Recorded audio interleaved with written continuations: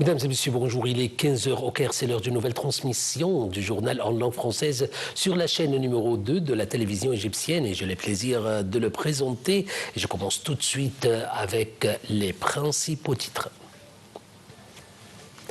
De l'Académie militaire, le président Abdel Fattah el-Sisi salue le niveau de conscience dont font preuve les Égyptiens.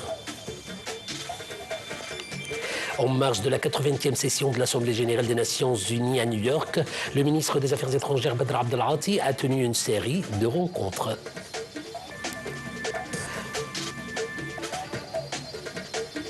Le Premier ministre Benjamin Netanyahu a prétendu hier à la tribune de l'ONU que la création d'un État palestinien serait un suicide national pour Israël.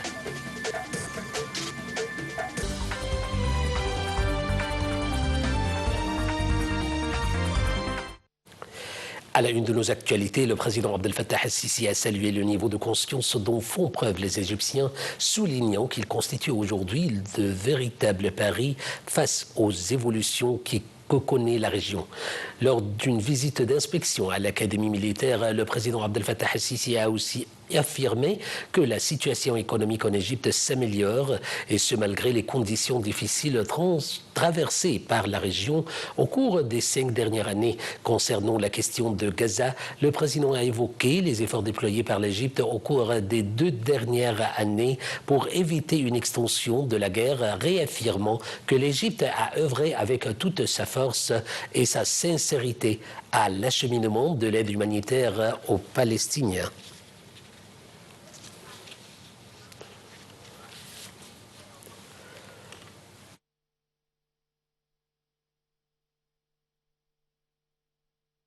En marge de la 80e session de l'Assemblée générale des Nations unies à New York, le ministre des Affaires étrangères Badr Abdel Ati a rencontré hier la commissaire européenne chargée de la gestion des crises.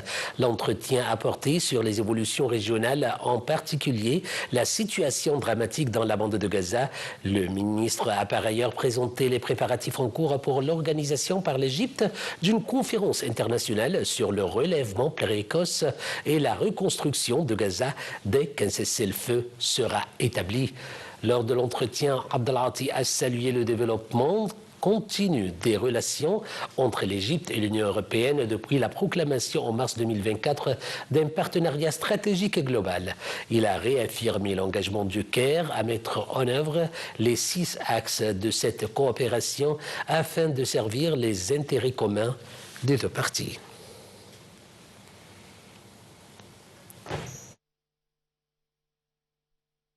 Le ministre des Affaires étrangères, Dr Badr Abdel Ati, a souligné la nécessité de la solidarité pour assurer une meilleure représentation des pays en développement dans le processus décisionnel économique international, mettre en place un mécanisme international de soutien aux capacités locales à supporter le fardeau de la dette et continuer d'appeler à la mise à disposition des moyens de mise en œuvre nécessaires aux pays en développement pour leur permettre d'atteindre leurs objectifs.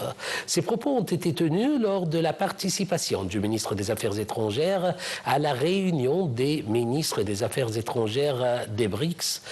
Au cours de la réunion, le chef de la diplomatie a passé en revue les défis mondiaux, notamment le manque de financement pour le développement durable, confirmant le rôle efficace joué par le groupe des BRICS pour y faire face.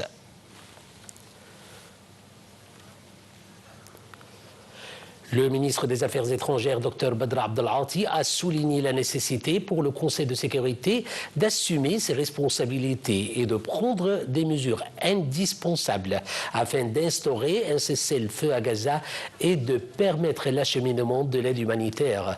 Lors d'une rencontre avec le ministre sud-coréen et des Affaires étrangères et président en exercice du Conseil de sécurité de l'ONU, Dr Abdel Ati a réaffirmé le rejet par l'Égypte de tout déplacement des Palestiniens et a insisté sur l'importance d'établir un État palestinien conformément aux cadres internationaux.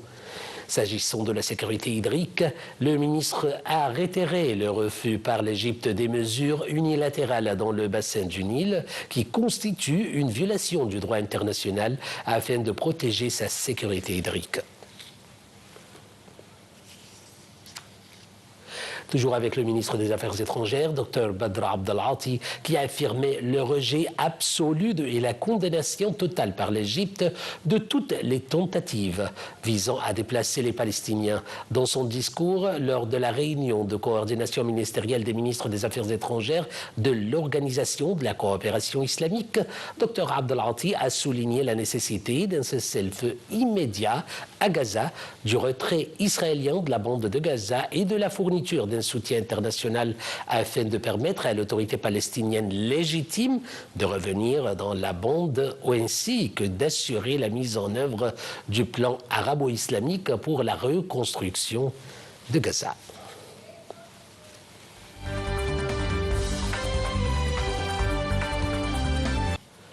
La création d'un État palestinien serait un suicide national pour Israël.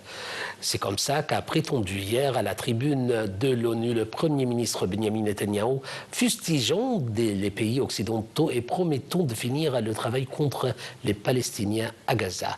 Un responsable de l'autorité palestinienne a vivement critiqué vendredi le discours du Premier ministre israélien Benjamin Netanyahou à l'ONU, le jugeant truffé de mensonges et de falsifications.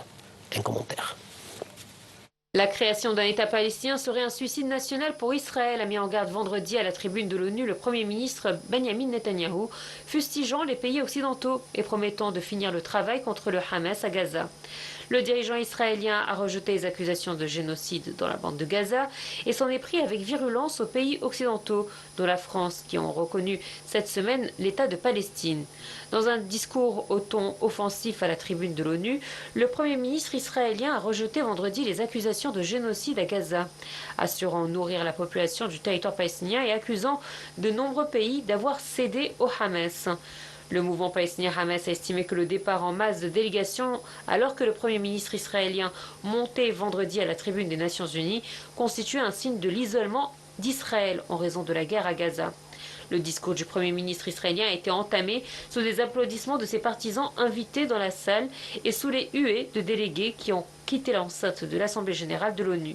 Dans son communiqué, le mouvement palestinien accuse en outre M. Netanyahou de répéter des mensonges et de nier de manière flagrante le génocide, les déplacements forcés et la famine systématique commis par lui et l'armée israélienne à Gaza. L'ONG. Et en ce qui concerne le dossier iranien, l'administration américaine de Donald Trump n'a jamais fait preuve de sincérité dans les négociations sur le dossier nucléaire iranien, même avant les frappes israéliennes de juin à Iran. C'est ce qu'a estimé vendredi le président iranien Massoud Pezeshkian. Le mur de méfiance entre nous et les Américains est très haut. Nous avons trouvé des terrains d'entente dans un certain nombre de fois, mais cela n'a jamais été pris au sérieux par les Américains, a-t-il déclaré à la presse en marge de l'Assemblée générale de l'ONU. Le président iranien a assuré vendredi en marge de l'Assemblée générale de l'ONU que son pays soutiendrait tout cessez-le-feu à Gaza au moment où Donald Trump se montre confiant sur la perspective d'un accord. L'Iran a rappelé samedi pour consultation ses ambassadeurs en France, en Allemagne et au Royaume-Uni à l'approche du rétablissement des sanctions contre Téhéran après l'échec de négociations avec ces trois pays sur le programme nucléaire iranien, selon un média d'État.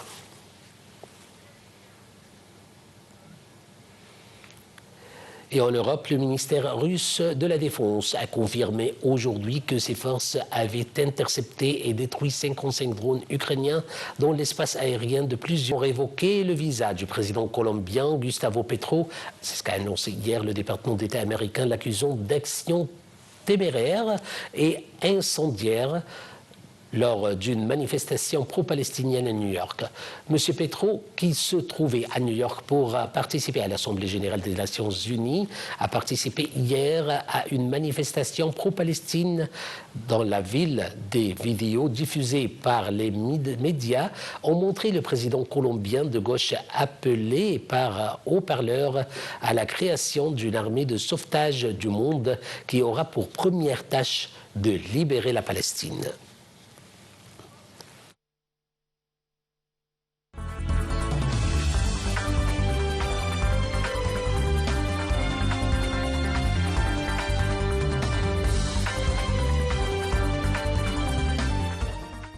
Et en ce qui concerne notre rubrique économie, l'inflation s'est accélérée en août aux États-Unis à plus de 2,7% sur un an. C'est son rythme le plus élevé depuis février, à plus de 2,7% contre plus de 2,6% en juillet. L'inflation paraît s'éloigner encore de la cible de la Réserve fédérale américaine, qui est de 2%. D'un mois sur l'autre, l'indice accélère aussi légèrement. L'inflation sous-jacente est en revanche stable par rapport au mois précédent à 2,9% en glissement annuel. C'est ce qu'a rapporté le ministère américain du Commerce.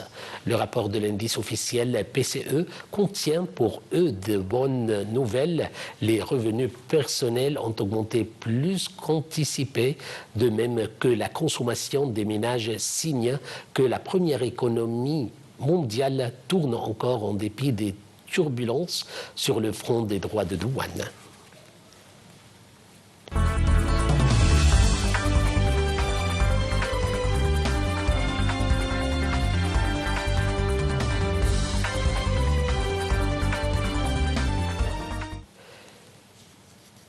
De l'économie au sport ou en tennis, le numéro 3 mondial Alexandre Zverev a dominé l'Italien Lorenzo Sonego au premier tour de l'ATP 500 de Pékin.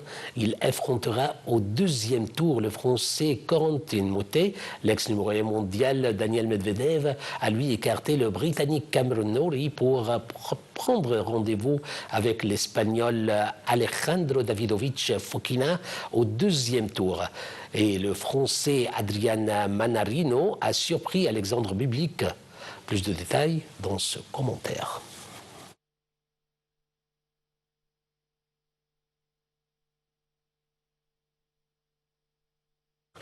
Mesdames et messieurs, c'était la fin de notre journal. Je vous remercie infiniment pour votre attention et suivi.